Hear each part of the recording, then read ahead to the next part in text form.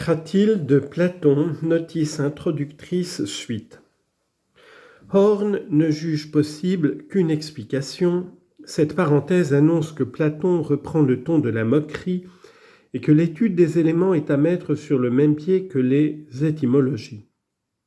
Cette conclusion nous semble prématurée et excessive. La pensée de Platon a plus de nuances. On lit en note. En ce qui concerne le mouvement, m'écrit M.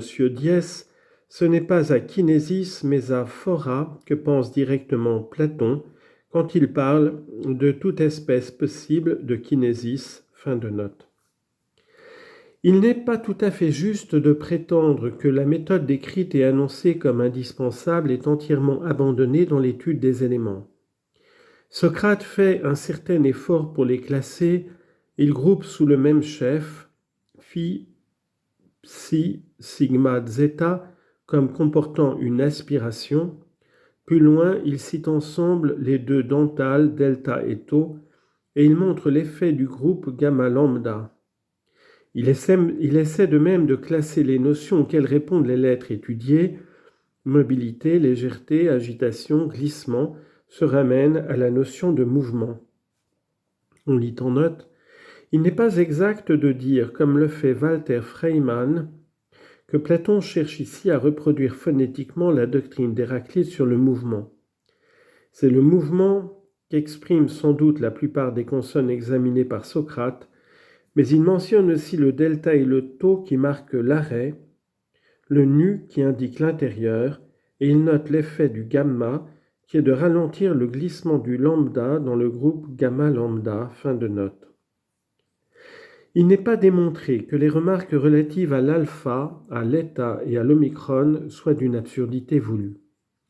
Est-il sûr que dans l'alpha et l'état, Socrate considère non la valeur des sons, mais la forme des signes qui les représentent, comme si l'écriture avait précédé le langage? L'emploi du mot gramma ne prouve pas qu'il confonde en fait le son avec la lettre qui le désigne. Dans ce qui précède, la confusion n'est commise en aucun endroit. Partout, Socrate y considère les sons. S'il s'agissait de la forme, on ne voit pas sur quoi il se fonderait pour réserver la grandeur à grand alpha et grand eta, plutôt qu'à telles autres lettres, grand iota, grand gamma par exemple. On peut aussi bien admettre qu'il parle des sons, car la voyelle longue eta se retrouve dans mekos. Il est vrai que l'alpha n'est pas long de nature, mais long ou bref suivant les cas, et que dans le mot mégas, il n'est long qu'au nominatif singulier.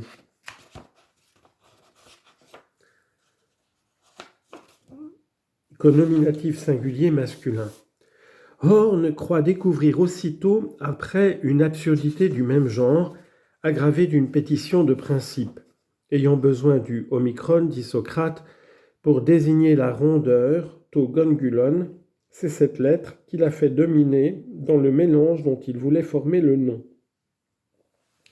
Mais il faut forcer le sens de Déoménos pour trouver la pétition de principe, et ici encore est-il certain que Socrate parle de la forme de la lettre? N'attribue-t-il pas la rondeur de l'omicron parce que les lèvres s'arrondissent pour le former?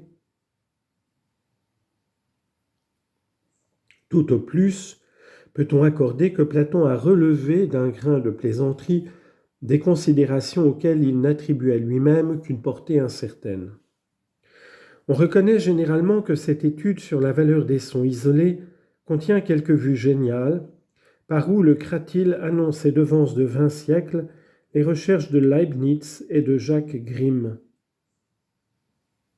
Rien n'indique d'autre part, comme l'ont soutenu Horn et Kiock, que Platon ait voulu montrer la disproportion qui existe entre les conditions idéales et l'état réel du langage, en faisant ressentir le caractère défectueux des moyens dont dispose la parole humaine. Du moins, cette idée n'apparaît-elle point en cet endroit du dialogue. Socrate termine son exposé par ces simples mots « Voilà en quoi me semble consister la justesse des noms ». Mais il reste incontestable que la partie relative à l'étude des sons ne peut être mise sur le même plan que l'exposé de la méthode. L'hésitation de Socrate, l'aveu de son impuissance, le jugement sévère qu'il porte sur les considérations qui vont suivre, le caractère incomplet, fragmentaire de son étude en sont la preuve manifeste. Platon a tracé le plan et fixé les conditions de la recherche, mais il n'a pas voulu se charger de la poursuivre jusqu'au bout. Il s'est borné à une ébauche en indiquant par quelques exemples les résultats auxquels pourrait conduire la première étape de l'enquête. Selon le mot de Wilamowitz, ces résultats sont tout au plus, aux yeux de Platon, des opinions droites. Et il faut ajouter provisoires. On lit en note. Au reste, comme le fait observer M. Diès, toute explication scientifique du monde expérimental est telle aux yeux de Platon et restera telle, confère le Timée. L'étude scientifique du langage, même conduite rigoureusement selon la méthode indiquée plus haut, n'eût jamais donné que des résultats vraisemblables. Fin de note. Socrate a ainsi résumé ses réflexions. Le législateur semble créer pour chacun des êtres un signe et un nom, au moyen de lettres et de syllabes, et partir de là pour composer le reste, par imitation, avec ces mêmes éléments. Loin d'affirmer ces conclusions qu'elle prépare, l'étude des éléments a paru la justifier. L'entretien avec Cratyle va y apporter de fortes réserves, mais en faisant valoir des considérations toutes nouvelles. L'imitation et la convention. Dès le début, Socrate s'empresse de dire qu'il ne garantit rien des propos qu'il a tenus. Il a simplement examiné la question de son point de vue. Depuis longtemps, il est tout le premier surpris de sa propre sagesse à laquelle il ne peut croire. Un nouvel examen lui paraît nécessaire car il faut prendre garde de s'abuser soi-même.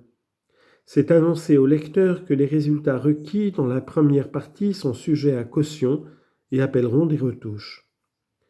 Dans le premier entretien, Socrate a réfuté la thèse d'Hermogène en montrant qu'il existe pour les noms une justesse naturelle qui n'est point affaire de convention. Contre Cratyle, il critique maintenant la thèse de la justesse naturelle des noms. Il avait déjà soutenu qu'il est possible de dire faux, mais Hermogène l'avait admis sans difficulté. La résistance de Cratyle l'oblige à reprendre cette affirmation en l'appuyant d'une démonstration en règle. C'est ici qu'interviennent la comparaison du mot avec la peinture et la théorie de l'imitation. Socrate en conclut que les noms peuvent être, comme les peintures, des copies inexactes, et il fixe les conditions d'un nom bien fait, c'est-à-dire juste. On lit en note. Suivant Horn, Socrate découvre ici en quoi il s'était trompé lui-même. Son tort avait été de croire, comme le vulgaire, que la copie, le nom, doit être entièrement semblable à l'objet. Il constate maintenant que par définition, elle doit présenter avec des éléments semblables à l'objet des éléments dissemblables. Par là, le débat sur la nature de l'orthothèse prend une direction nouvelle. On prévoit la part qui va être faite à la convention. Cette interprétation nous semble inexacte. Quand Socrate déclare que la copie, le nom, ne doit pas viser à reproduire en tous ses détails l'objet représenté, il ne veut pas dire qu'elle comportera nécessairement des éléments sans ressemblance avec l'objet, mais qu'elle ne retiendra que les traits essentiels. Plus loin, il s'exprime fort clairement en disant « Le nom bien fait aura les lettres appropriées, c'est-à-dire semblables à l'objet. Le nom mal fait sera formé de lettres appropriées, mais il en contiendra quelque autre mal approprié. Cela n'a encore rien à voir avec la convention. » Fin de note. Mais l'examen du mot sclérotès lui fait voir que ce nom ne peut s'expliquer par la théorie de la justesse naturelle. À Érythrée, on dit sclérotère et non sclérotès, comme en attique. Et pourtant, c'est la même notion qu'on exprime. Le sigma n'a cependant pas ici la valeur du rho. Le nom signifie dureté. Or, le lambda qu'il renferme indique, on l'a vu, le contraire de la dureté. Néanmoins, les gens se comprennent fort bien dans l'emploi de ce mot. Il faut donc admettre que l'usage est un moyen de représenter, à l'aide du semblable et du dissemblable, et faire dans le langage une part à la convention. Voilà une réserve capitale apportée aux conclusions de la première partie. Elle montre en quoi les conditions idéales indiquées plus haut sont en désaccord avec la réalité. On s'est même demandé si aux yeux de Platon ce n'est pas l'usage et la convention qui déterminent, plutôt que la convenance naturelle, la justesse du langage.